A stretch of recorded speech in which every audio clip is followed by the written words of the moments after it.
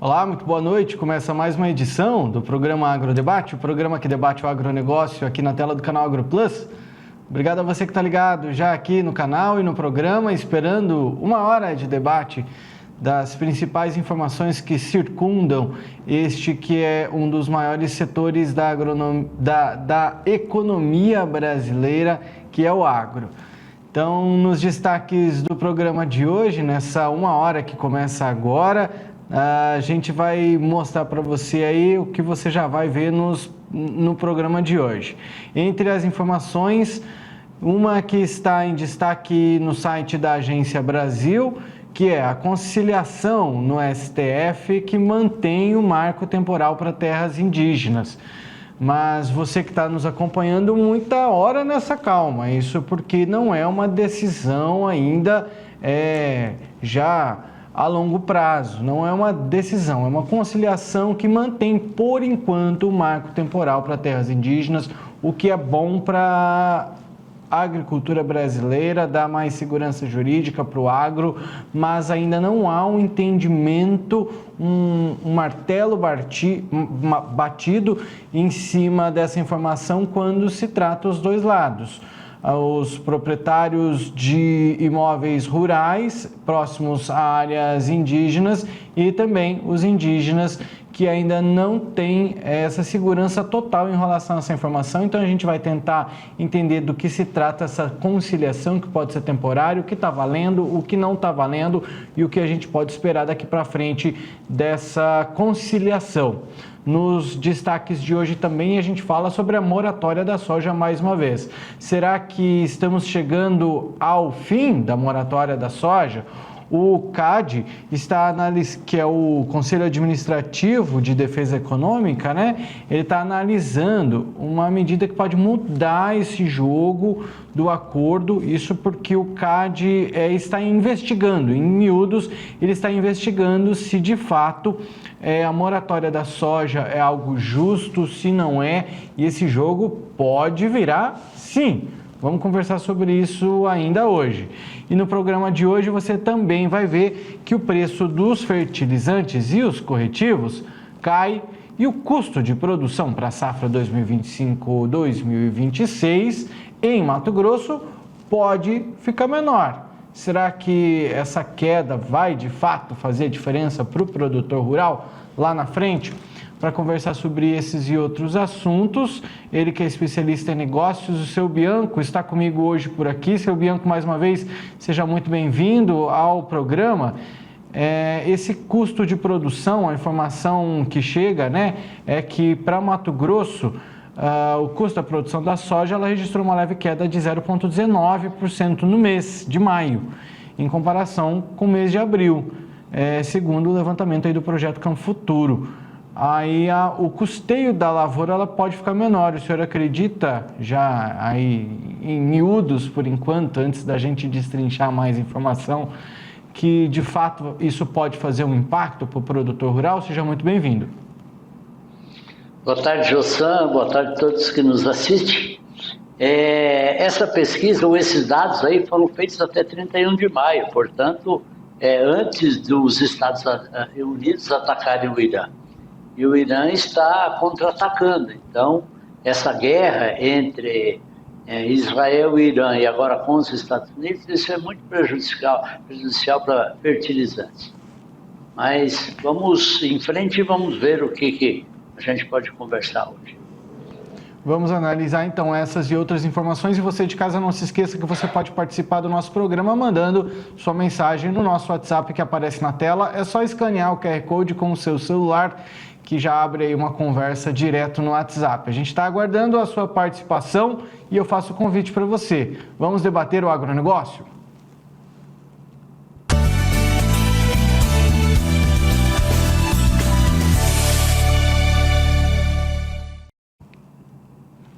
Seu Bianco, a gente começa conversando sobre a conciliação, essa conciliação do STF, que por enquanto mantém o marco temporal para terras indígenas. A gente não está falando de um entendimento entre indígenas e sociedade civil. A A gente ainda não está falando isso porque esse entendimento ele ainda não aconteceu, né? Depois de 9 meses, cerca de 23 audiências, o que foi elaborado, por enquanto, é uma minuta para um anteprojeto de lei para ser enviado para o Congresso. Ou seja, uma minuta, resumindo em miúdos, ela é um resumo, né? Algo assim a ser apresentado para que depois vire um anteprojeto, para depois ser votado e quem sabe ele vire um projeto de lei. Mas essa minuta ela está referida a alterações na Lei 14.701 de 2023 que incorporou, né, o marco oficial, o marco temporal oficialmente aí. Bom, o que mudou e o que não mudou com essa minuta, por enquanto, né? O que foi mantido? O marco temporal está mantido nessa minuta. Ele está previsto no projeto de lei e ele não foi alterado por falta de consenso entre os participantes. O que foi incluído nessa minuta, que eu gostaria de debater com o senhor, os procedimentos, eles devem se tornar mais públicos e transparentes para a demarcação de terras, a participação formal dos estados, municípios e sociedade civil, isso tudo que foi incluído nessa minuta, por enquanto, né?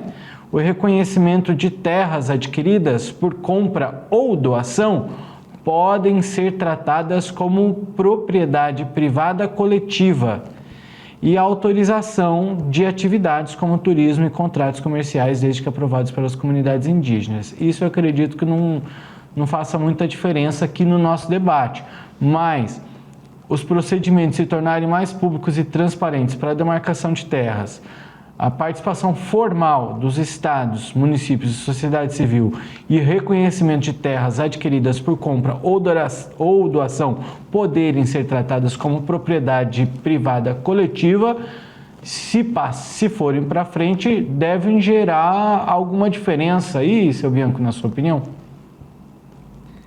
Eu acho que gera muita diferença, Jossan, e principalmente a demarcação da terra com diversos órgãos envolvidos nessas demarcações. O que é que tem-se até hoje, ou tinha-se até ontem, apenas e tão somente a FUNAI, que dizia que a expansão indígena ela iria até tal ponto.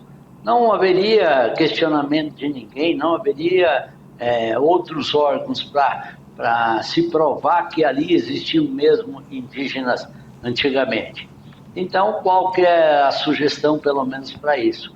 Que se tenha diversos órgãos nisso, Ministério Público, municípios, que é muito importante, porque quanto maior for a reserva indígena de um município, o município deixa de ter sua expansão agrícola e automaticamente ele deixa de ter ganhos com essas tributações, tanto tributação de venda de terras, quanto tributação pela produção.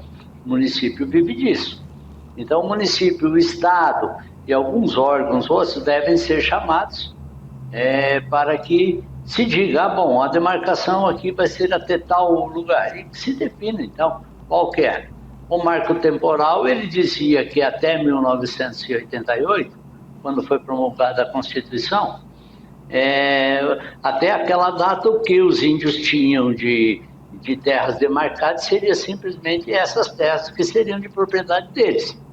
Então, depois disso, houve esses questionamentos. Aí agora, por enquanto, está travado e isso prejudica os dois lados. Os dois lados não, mas prejudica principalmente o produtor. Por quê? Porque se está travado, se não tem uma definição, você fica com o grande problema que é a falta de legitimidade. Então, você não pode plantar lá naquela área que está embargada ou com problemas ou em discussão se ela é uma expansão agrícola ou não, uma expansão indígena ou não. Então, nisso daí deve ter, pelo menos até hoje, estão nesse consenso de que o ponto principal, no meu entender, é esse aí. E se houver paridade, se houver outros órgãos que possam discutir também e ver, acompanhar essas demarcações, eu acho que elas serão no mínimo, mais legítimas e mais legais. Os indígenas, eles têm 1.17 no caso 1.170.000 quilômetros quadrados de terras no Brasil. Isso corresponde a 13,8% do território brasileiro. 13,8%, isso é que é deles e não tem como ser tirado, correto? Agora a gente analisa essas informações e com a possibilidade de gerar o que seria uma insegurança para quem tem o seu pedaço de terra e pode ter ela tirada de você, porque você comprou, você tem ela escriturada, você tem o seu direito. Esse é um problema que é da União. Esse não é um problema que é ou do produtor rural ou do indígena. O que faz parecer é que o índio, ele está querendo um pouco mais do que ele tem, como se não fosse suficiente, sendo que, fazendo uma análise agora aqui também bem rápida, os indígenas eles já estão, da mesma maneira como o homem branco, ele, justo ou não, ele chegou num território que originalmente era indígena, ele gerou desenvolvimento, ele trouxe desenvolvimento e hoje os povos indígenas, eles têm acesso a esse desenvolvimento, à tecnologia, ao estudo. A gente vê indígenas se formando e, enfim, simplesmente tendo acesso a universidades e cada vez mais. Então a gente vê que esse é um problema que é da União, não é nem de um nem de outro. E aí, como lidar com esse problema? Esse é algo que tem que ser discutido também, porque como que vai lidar com as indenizações aos proprietários de terras? Como que isso vai ser resolvido? É um problema que ele vai muito além do que parece, né? Só vamos resolver aqui no papel, dar uma canetada? Não é assim. Você está tirando de alguém o que era dela e escriturado, seu Bianco. Essas transformações de áreas improdutivas para produtivas foram geradas pelo produtor. O produtor comprou e adquiriu essas terras do governo do estado ou do INCRA, do governo federal. E aí hoje, então, ele não tem direito à indenização, porque um dos grandes problemas era isso, aonde forem, entre aspas, tomadas essas terras dos produtores, eles têm que ser indenizados. E aí havia uma discussão que nem indenização esses produtores não poderiam ter. Então, isso também é um fator que deve ser muito bem discutido. Ali dentro dessas áreas, com essa expansão, existem vidas ali dentro que foram perdidas, que foram trabalhadas muito tempo. Pessoas, famílias inteiras que colocaram todos os seus anos de trabalho ali dentro. E daí agora eles perderam. Isso é injusto também. Outro fator é que o Brasil, nós do Brasil, não somos ou não queremos que nossos índios tenham qualidade de vida, porque se o Brasil quisesse, se o governo federal quisesse, faríamos algo igual os Estados Unidos fizeram. Os índios dos Estados Unidos, eles fizeram no território fizeram, tem cassinos, tem qualidade, tem condições de eles, índios, ganharem dinheiro de outra maneira, na exploração, com algumas atividades que possam ser exclusivas dos índios. Então, por que é que nós, no Brasil, não podemos fazer isso?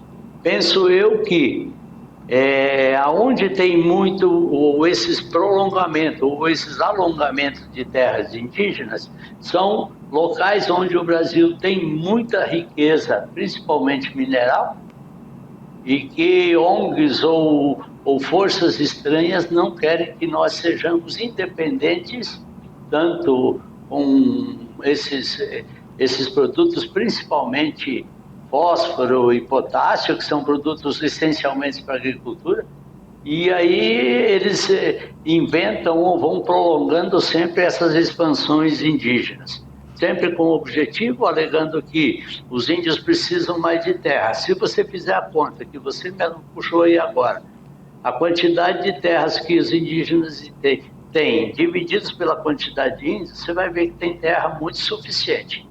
O que o índio precisa é mais qualidade de vida. E isso nós podemos dar, o país pode dar, muito mais qualidade de vida a esses índios, desde que possam essas terras serem exploradas.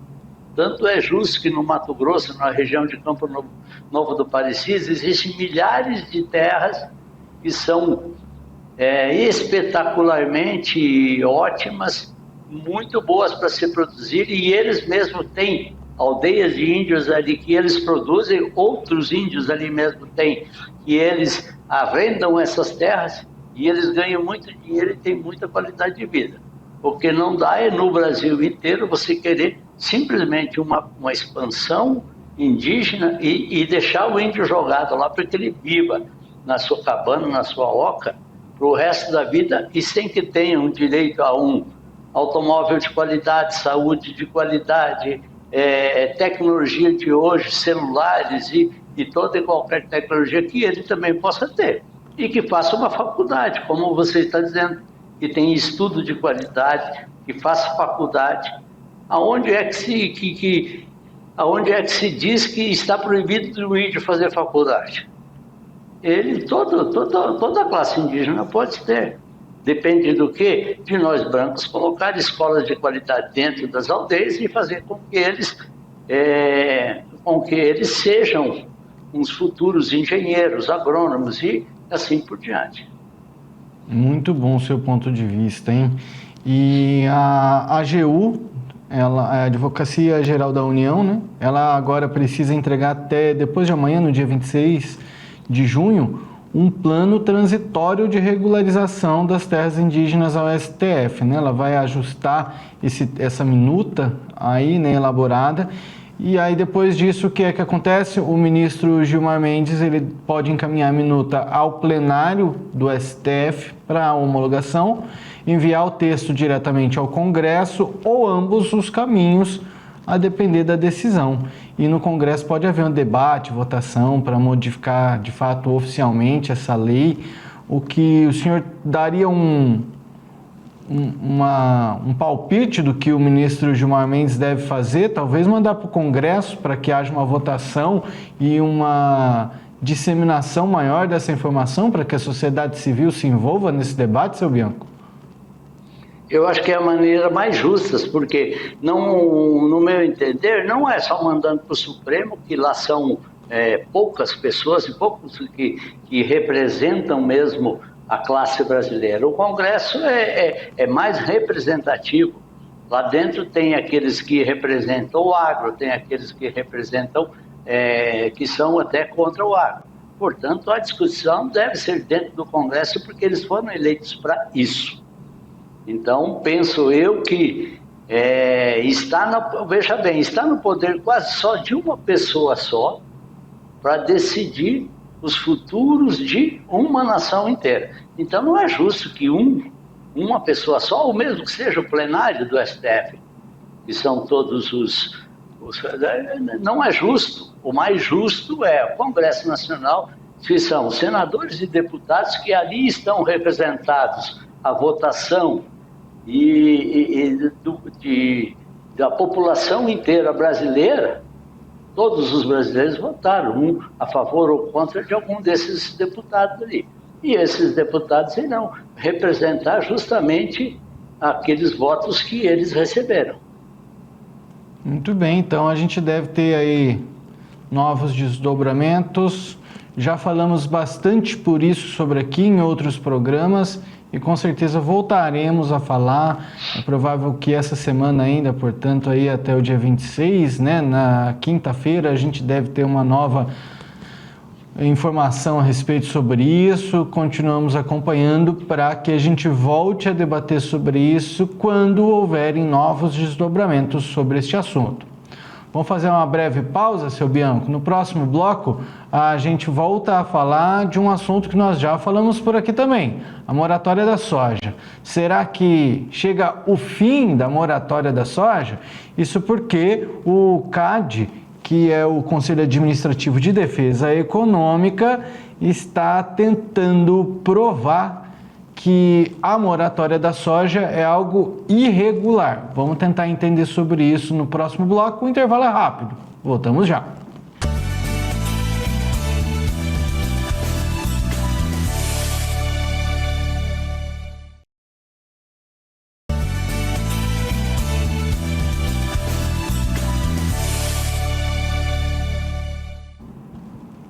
O Agrodebate desta terça-feira está de volta. Obrigado a você que continua conosco.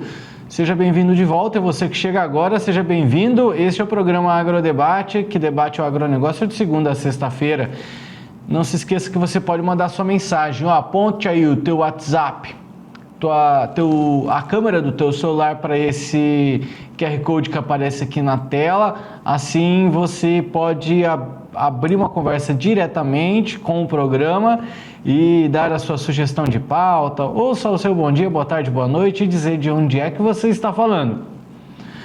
Vamos lá, voltar aos nossos debates. Agora a gente fala do possível fim da moratória da soja. Será que de fato ela vai acabar? A gente fala isso porque, segundo o site Canal Rural, o CAD está analisando uma medida que pode mudar o jogo do acordo, né? Vamos lá as informações. Então, portanto, o Conselho Administrativo de Defesa Econômica, o CAD, ele analisa a possibilidade de adotar uma medida preventiva para suspender a moratória da soja, que você já sabe, aquele acordo ambiental que há quase 2 décadas impede a comercialização de grãos, né, de áreas desmatadas na Amazônia Legal depois de 2008.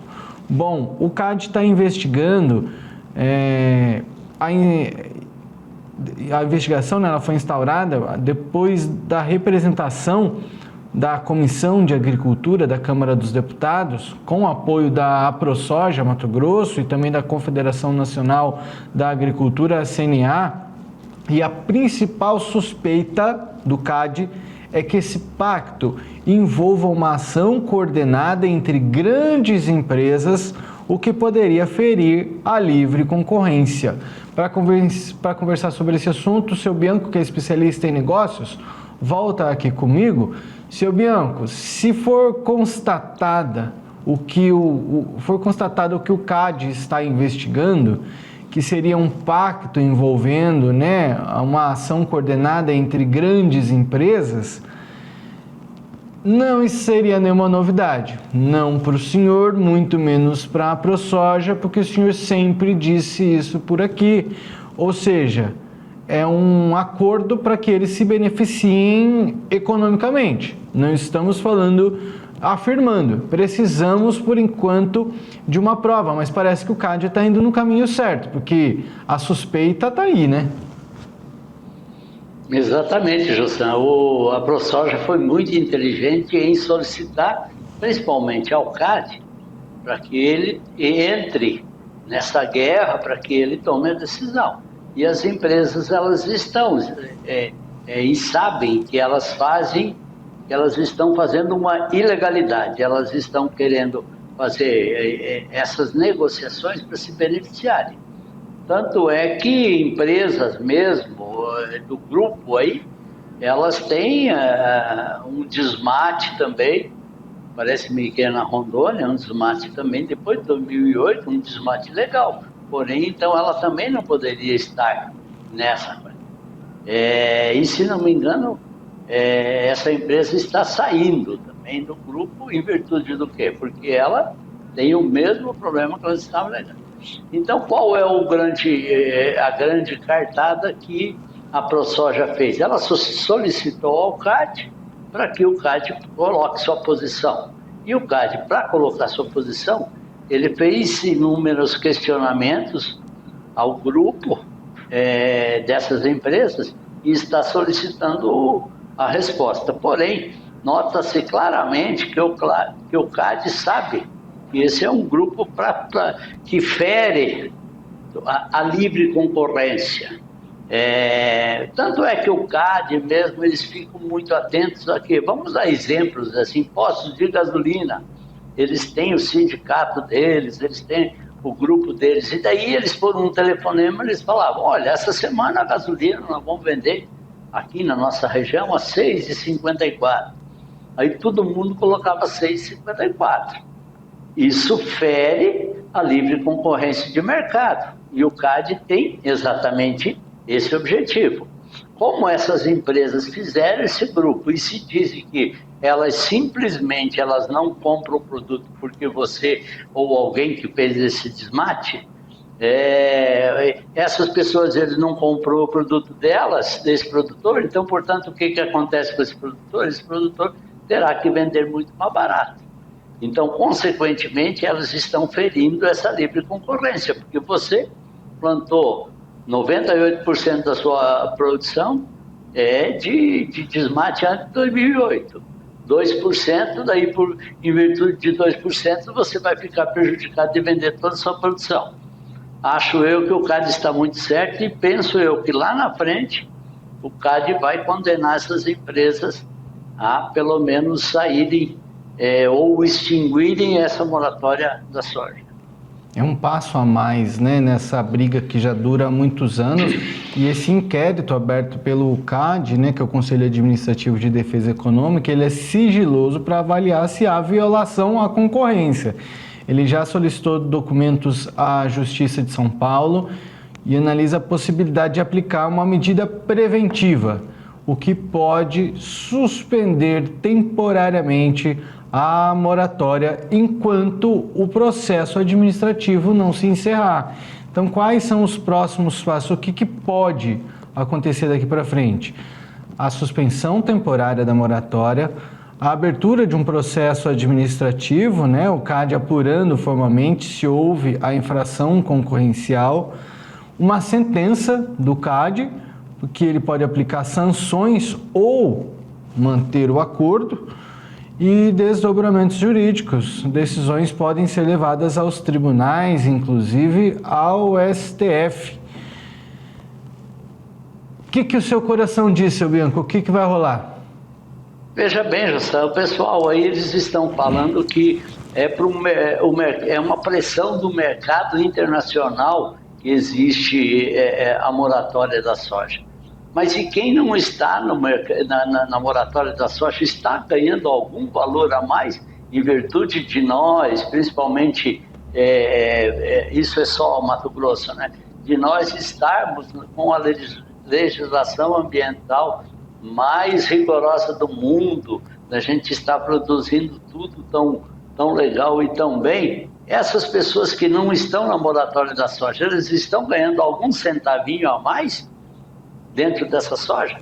Não estão. Então, isso prova que o CAD vai, no meu entender, o CAD vai dar muitas sanções e até aplicar multa a essas empresas. E tanto é que também o Supremo Tribunal Federal lá, o DINO, né? O DINO validou a lei estadual do Mato Grosso, que ela diz que não pode, validou a lei para que não seja dado incentivos fiscais a nenhuma das empresas que estiverem nesses grupos. E isso prova que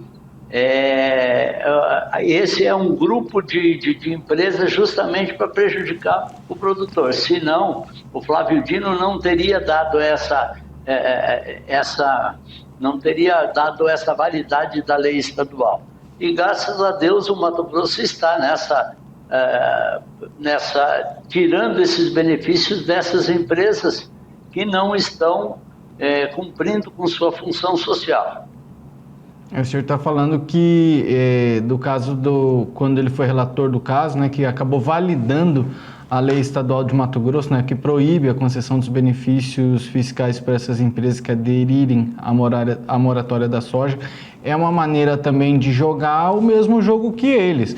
Estão querendo aplicar regras dentro do nosso país, então nós também restringimos regras. Aliás, aplicamos regras que restringem benefícios a eles. Se quiserem, segue o nosso baile, porque eu já cheguei a pensar também assim, né, dessa maneira. Tá, mas e se não for, como é que... alguém tem que preservar, mas eles também têm que preservar. Se a gente for analisar, eu acho que a melhor maneira desse debate funcionar é analisando há quanto tempo que as civilizações se desenvolveram. Na Europa, claro que a gente tem relatos aí de civilizações mais de 1 milhão de anos, mas há 5 mil anos as sociedades começaram a se formar. Agora, no Brasil, o Brasil é um país recente, lá eles tiveram tempo para fazer o que quiser, pintar e bordar enquanto não tinham regras, não tinha legislação. E agora querem aplicar regras em cima da gente. Então eu penso assim, podemos continuar preservando, mas eles têm que nos pagar por isso também, é uma dívida histórica. Eles fizeram o que eles quiseram e nós não podemos fazer, a gente sai perdendo. E aí eles, só pelo fato de gerar uma economia para eles, gera um problemaço para o Brasil, afirmando que nós somos um problema, desmatamento isso, desmatamento aquilo, aí não é justo. Rossano, nós vemos aí que nem a gente já discutiu aqui mesmo o crédito de carbono, né? Por o produtor manter essas matas e ter essa grande qualidade que é. E hoje ninguém paga por isso. Que tal nós sairmos com uma sugestão que, bom, então desde 2008, quem desmatou após 2008 vai entrar na moratória da soja. Agora, quem não desmatou e aquelas reservas legais que todos os produtores do Mato Grosso principalmente têm, e são acima de 50%, então nós queremos receber crédito de carbono desde lá de 2008. Será que isso seria viável para as empresas? Então, eles pensam muito, porém eles só pensam no bolso deles. E nós temos que relembrar, Jossan, que nós temos a lei ambiental mais rigorosa do mundo. Só relembrando a todos que nos assistem. Nós temos, principalmente na Amazônia Legal, todo produtor tem que deixar 80% de toda a sua área como reserva legal. Então, se você tem 100 hectares, 80 hectares disso fica exatamente para a reserva. De 2008 para cá, mesmo que você tendo esse direito de 20%, de você transformar a sua mata em terra produtiva, quem fez isso, ele está dentro da moratória da soja. Ele está prejudicando. Você se imagine você dentro da sua casa, você tem que ter 4 carros para você poder andar com 5 carros na realidade, né? Para você poder andar com ou tudo que for parecido. E daí vem uma lei depois disso que esse carro que você está andando, ele é ilegal. Então, é incabível tudo isso nesse país e que nós não tenhamos assim um poderio de nossos governantes para que sejam e falem que isso são fatos que nem deveriam ser discutidos. Porém, o Brasil fica discutindo muitos assuntos que não têm interesse nacional, que não geram para a nação, não geram benefício nenhum e deixam passar coisas tão importantes quanto essa. Muito bem, seu Bianco. Seguimos analisando e de olho nessas informações, já que o CAD deve ter um desdobramento a respeito disso em breve, viu? Nas próximas semanas, o CAD deve emitir aí um posicionamento sobre as medidas preventivas. Então a gente segue de olho. Fique você, telespectador, de olho aqui no Agrodebate de segunda a sexta-feira, porque assim que tiver um desdobramento, a gente está aqui para avisar e entender o que é que foi decidido. Vamos fazer mais uma pausa bem rapidinha? Vamos fazer só mais uma pausa bem rápido. No próximo bloco a gente vai falar do preço dos fertilizantes e corretivos que caiu e o custo da produção para a safra 25-26 pode ficar menor segundo uma avaliação aqui, do site AgroOlhar, mas o seu Bianco trouxe um outro ponto de vista, né? Vamos entender e debater sobre isso no próximo bloco. O intervalo é rápido, a gente volta já.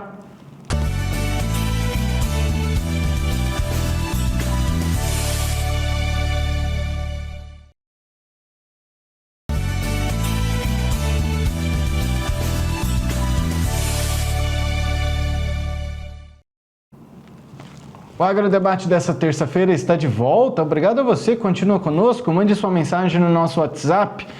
Basta ou copiar o número que está aparecendo bem aqui ou só escanear aí a câmera, com a câmera do teu celular e apontar a câmera do celular para cá e pronto, já vai abrir uma conversa no WhatsApp. Aí você manda seu bom dia, boa tarde, boa noite, de onde você está falando e até a sua sugestão de pauta. Jossan, quero ouvir o debate de vocês aí sobre tal assunto. A gente vai fazer o máximo para que isso aconteça. Estou aguardando. Vamos lá, seguindo então com as nossas informações. Olha só o que está em destaque no site AgroOlhar, uma notícia aqui que diz que o preço dos fertilizantes e corretivos, ele caiu e o custo da produção para a safra 25-26 deve ficar menor. Mas isso analisando, né, que essas informações, elas são do mês de maio, né, uma queda no mês de maio em relação a abril. Mas a gente teve desdobramento de uma guerra aí, né? A gente está falando de uma guerra inicialmente entre Irã e Israel, que depois Estados Unidos se meteu no bedelho aí. De início a gente já estava com receio por conta dos fertilizantes. E agora, como é que fica, hein? Para falar sobre isso, eu quero trazer o seu Bianco, ninguém melhor que ele para nos ajudar a falar sobre isso, especialista em negócios, seu Bianco, já que houve uma queda de 0,19% no mês de maio em relação a abril, segundo um levantamento do projeto Campo Futuro. Com isso, o valor estimado para o custeio da lavoura ficou aí em R$ 4.136,97 por hectare. Essa redução, segundo o site, ela foi puxada principalmente pela queda nos preços dos principais itens que compõem o custo de produção: os fertilizantes e os corretivos, que recuaram 0,29%, e os defensivos agrícolas com a queda de 0,17%. Juntos, esses insumos representam uma parcela significativa dos custos da atividade. Porém, seu Bianco, esse final de semana, nós já tínhamos, né, um início de um bombardeio ali, um início de uma guerra entre Israel e Irã, e depois, esse final de semana, os Estados Unidos que se meteram na parada. Como que, analisando agora com essa nova informação, qual seria a sua opinião a respeito disso tudo? A gente deve continuar se preocupando com o fornecimento, com a fabricação desses insumos, que o Irã, né, é um grande fornecedor de insumos para o Brasil, e com esse momento que se vive por lá, se não acabar o mais rápido possível a guerra, vamos relembrar também que houve aí, né, uma tentativa de um acordo com os Estados Unidos pedindo cessar-fogo, mas não houve. Então a gente começa a acreditar que não foi um simples bombardeio, que sim o início de uma batalha e que ela pode perdurar, não sabemos ainda. Então, Jossan, essa pesquisa dessa baixa de preço aí, ela baixou em virtude do quê? Até 31 de maio, até no mês de maio. A guerra que estava tendo era Israel e o Irã. Já o preço do nitrogênio, que o nitrogênio é um fertilizante não muito utilizado na soja, porque a própria soja tem a qualidade de ela mesma fazer essa conversão. Então, nitrogênio, na adubação química da soja, o nitrogênio quase não é usado. Portanto, o Irã, o Brasil compra quase todo o nitrogênio dele que vem para o Brasil, compra do Irã, porém não utilizamos muito na soja. Então, esse preço estava assim. Mas você pode ver que se tivesse algum adubo, aquele nitrogenado, essa parte do nitrogênio já tinha subido um pouquinho, porque em virtude de que os fretes ficam mais caros, existe um seguro muito mais alto. Quando você passa com navios perto de onde tem uma guerra, os seguros eles vão a valores estratosféricos.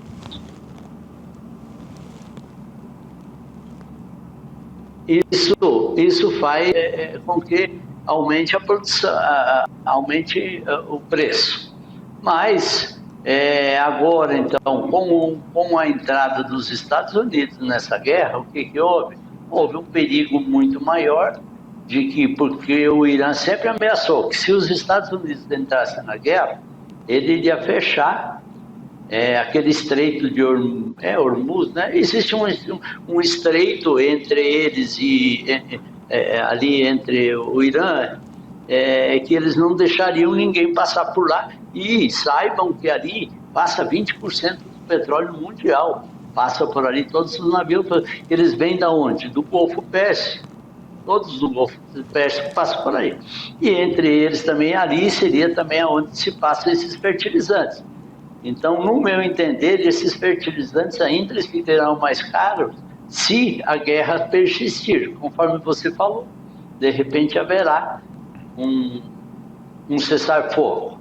Agora, se houver um cessar-fogo, aí volta-se à normalidade. E, portanto, penso eu que pode até o produtor brasileiro perder menos dinheiro. Mas se essa guerra persistir, automaticamente, principalmente o nitrogênio, ficará muito mais caro. Por isso que é tão importante, às vezes eu acho que muita gente não entende por que o produtor rural ele sempre está tão ligado às informações internacionais, porque isso pode gerar um impacto e muitas vezes gigantesco para ele. Então ele precisa estar atento como anda o mercado internacional, até porque também muitas das comercializações acontecem em dólar.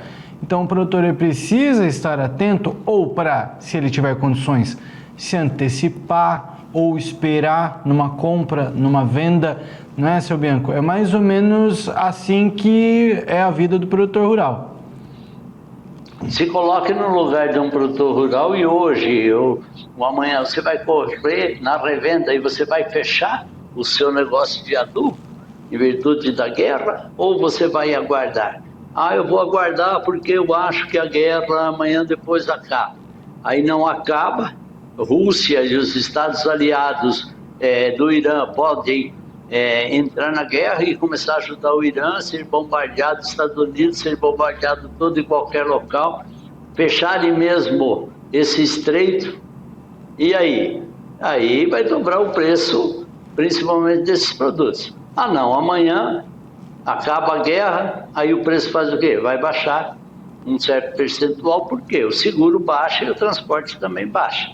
Então, são fatores que o produtor sempre passa por isso, além dele ficar para o céu, vendo se chove, vendo se pode plantar, vendo se pode... Ainda tem esses fatores que não estão, como é que eu vou dizer, não estão muito na visão dele, e que isso vai depender, só depende um pouco de sorte, se fecha ou se não fecha qualquer resultado, qualquer negociação. E falando ainda dos impactos, o que será que... Não tem como fazer uma projeção, seu Bianco. Isso tudo depende muito do que vai acontecer daqui para frente, se a guerra acabar, como o senhor falou, se não acabar. Mas não dá para fazer uma projeção? Eu acho que o produtor tem que pensar mais ou menos... O meu modo de pensar seria isso. Bom, a guerra vai persistir por muito tempo, aí o preço do adubo vai subir muito. A guerra irá acabar, aí o preço do adubo não vai baixar muito. Porém, então, de repente, o momento de você travar ainda é o quanto antes você travar e você comprar seu produto. Primeiro, por quê? Você teria matéria-prima para o seu plantio, estaria garantido seu plantio.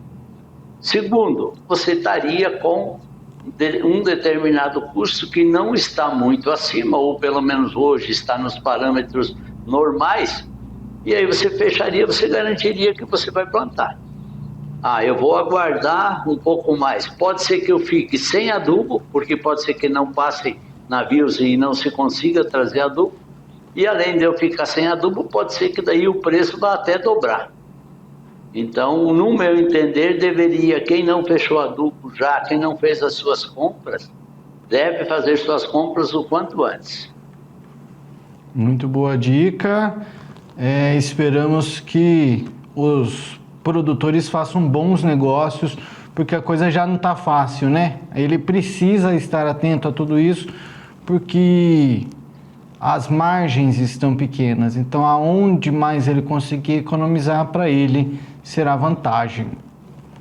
Seu Bianco, para a gente finalizar o nosso programa de hoje, a gente vai encerrar com uma informação que traz uma esperança para os avicultores, né, para o setor avícola brasileiro, que ainda deve passar talvez por um leve sufoco, não tão grande, porque nós já conversamos por aqui, já que o país estava preparado, mas a informação da ABPA, que é a Associação Brasileira de Proteína Animal, é que a normalização total da exportação da carne de frango, ela deve acontecer em julho. Essa informação foi dada pelo presidente da ABPA, o Ricardo Santin, que afirmou que com o reconhecimento oficial da OMSA, Organização Mundial de Saúde Animal, sobre o fim do caso da influenza aviária, a gripe aviária no plantel comercial no país, não tem mais justificativas técnicas, segundo ele, para manutenção de restrições às exportações brasileiras da carne de aves. Por isso, acredita que a plena normalização do comércio internacional deve ocorrer ao longo do mês de julho. Ele disse assim: o Brasil está livre. Você não tem tecnicamente nenhum motivo a mais para dizer eu não confio. Com o reconhecimento da Organização Mundial de Saúde Animal, não há motivo técnico para não se comprar do Brasil. É uma esperança, seu Bianco, para o produtor de frango brasileiro? É uma esperança, volta-se ao status inicial de mercado, porém, quando você estanca uma compra, quando o país estanca, para de comprar de um determinado país, o estancamento é de imediato, porém a volta ela é gradativa, ela é mais... E o que houve com esses países que deixaram de comprar do Brasil? Primeiro, ou eles restringiram o consumo no seu país, ou eles buscaram outros mercados. Se eles buscaram outros mercados, eles fizeram contratos de fornecimento e esse contrato de fornecimento não é só até hoje, só até amanhã. Então, eles têm que ainda cumprir isso. Depois disso, não, eles não tinham comprado de ninguém. Porém, a notícia, quando sai, o consumo, ele para. O consumidor para de consumir aquela carne de frango em virtude de que, sempre tem as alegações. Apesar de todo mundo sabe que isso, para o ser humano, não tem problema nenhum. Porém, eles se seguram um pouco. Então, agora, o que é que vai ter que existir? O próprio mercado, o próprio consumidor vai começar a passos lentos solicitar mais frango nos mercados lá nesses países e automaticamente, passo a passo, irão conseguir retomar todas essas negociações. O Brasil perdeu muito com a quantidade de venda desses produtos, perdeu muito nesses 28 dias mas agora vai gradativamente engatinhando, vai se voltar até o mercado. Você sabe, Jossam, por que é os 28 dias? Porque é o tempo de ciclo do vírus. O vírus tem, vamos dizer, esses 28 dias. Mesmo que nós não tivéssemos tratado, restringido ali no Rio Grande do Sul aquela parte, o vírus, vamos dizer, ele teria 28 dias de vida útil, vamos assim dizer, né? Então, pode ser que uma ave tenha saído de lá, ela esteja ainda a caminho. Porém, se ela está a caminho ainda nesses 28 dias, já o vírus não tem mais força de sobrevivência. Muito bem explanado, e a gente bem falou em outras ocasiões por aqui, né, que o impacto nas importações, né, a queda no volume de carne embarcado, né, em maio foi de 12,9%, arredondando temos aí 13%, né? Apesar do impacto gerado pelas suspensões, a gente pode considerar que foi uma queda pequena, né? Até aquela regionalização, ela tem muito a ver, eu acho que com isso, porque se alguns países eles não tivessem esse entendimento, o problema poderia ter sido muito maior, mas analisando essa queda, a possibilidade que nós temos é buscar novos mercados. Bem, o senhor falou aí que os contratos eles não acabam da noite para o dia. O que é que deve acontecer daqui para frente? A busca por novos mercados, talvez também a gente, depois de um problema como esse, depois da tempestade vem a bonança, talvez com essa notícia que, claro, não foi boa, mas a gente deve aproveitar dela para buscar novos mercados. Às vezes são novas oportunidades que podem aparecer por aí, pensando pelo lado bom, né? Tirando o lado bom da notícia.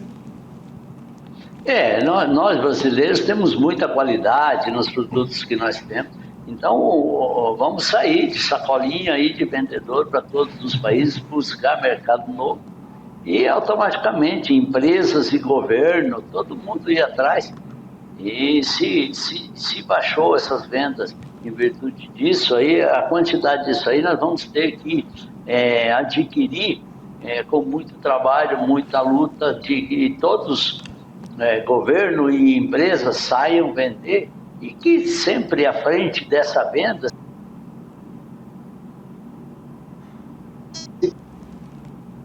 Probleminha com a internet, deu uma travadinha no seu Bianco, mas eu acho que normalizou ali, hein? Tá ok aí, seu Bianco? Oi? Tá ok agora, né? Que nós tenhamos então que essas empresas e governos estejam correndo atrás e que possam, né? E à frente de tudo isso, eu tinha falado que à frente de tudo isso nós estejamos sempre falando da qualidade de nossos produtos, da qualidade de nossos produtores rurais e com isso se faça outros grandes negócios. E a gente já conversou também por aqui sobre adidos agrícolas, abertura de mercados. Esses adidos agrícolas, eles são uma espécie de representantes, né, do país, do Brasil, em contato com algumas regiões, né? Vamos pegar exemplo da União Europeia, da China, e que, segundo o Ricardo Santin, que é o presidente da ABPA, a prioridade nas conversas nesse momento, inclusive, ela está voltada para mercados estratégicos, como, por exemplo, União Europeia e China, através dos adidos, né, que estão transmitindo as informações oficiais para as autoridades, seus respectivos países. Mas se for depender de um retorno, como o senhor falou, pode demorar, né, para que a gente possa conquistar de volta o mercado. E não é conquistar de conquistar confiança, é conquistar de ter abertura ali mesmo por conta de outras negociações. Então agora vai de muita conversa para que às vezes a gente consegue daqui a pouco, depois que se encerrem outros contratos ou não, recuperar algumas negociações que estavam perdidas e ainda sair ganhando, porque teremos conquistado possivelmente novos mercados.